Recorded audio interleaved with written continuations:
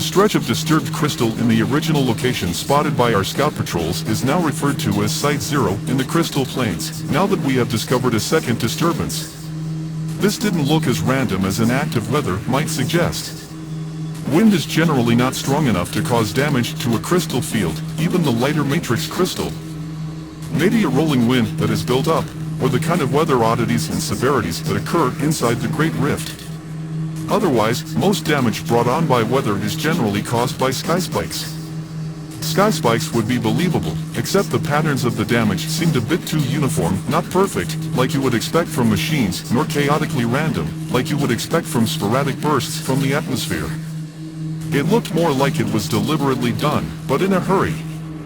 On first glance, the debris in the field doesn't seem to be what you would expect from a natural disturbance.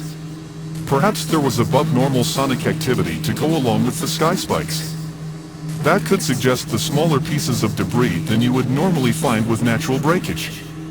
It just didn't look there was enough of the small pieces to add up to what had likely been standing before the disturbance.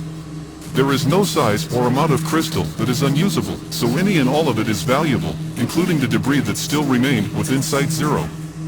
My feeling is, if someone is in a hurry enough to cut haphazardly, it is believable that they would be in enough of a hurry to only grab the big chunks and leave the little pieces behind. But those kinds of determinations are left to the investigators among the Guardians. I never took the investigation course, even when we sponsored a mini-course at a foreign hover crash site a while back. But I have been around a lot of investigations and investigators, so I picked up a few things.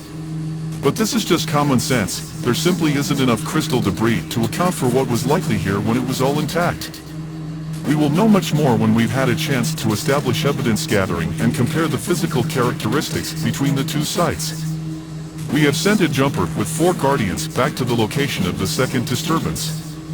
They will remain there and rendezvous with Rover 12, which has been reassigned to patrol between the 2 disturbance locations as the gathered data is reviewed and processed. I am now directing Endeavour to the lower center region of the Overlands. It seems one of the data relay stations along the Razorstone Pass has gone offline, and a scout cruiser that was sent to investigate hasn't checked in and can't be reached.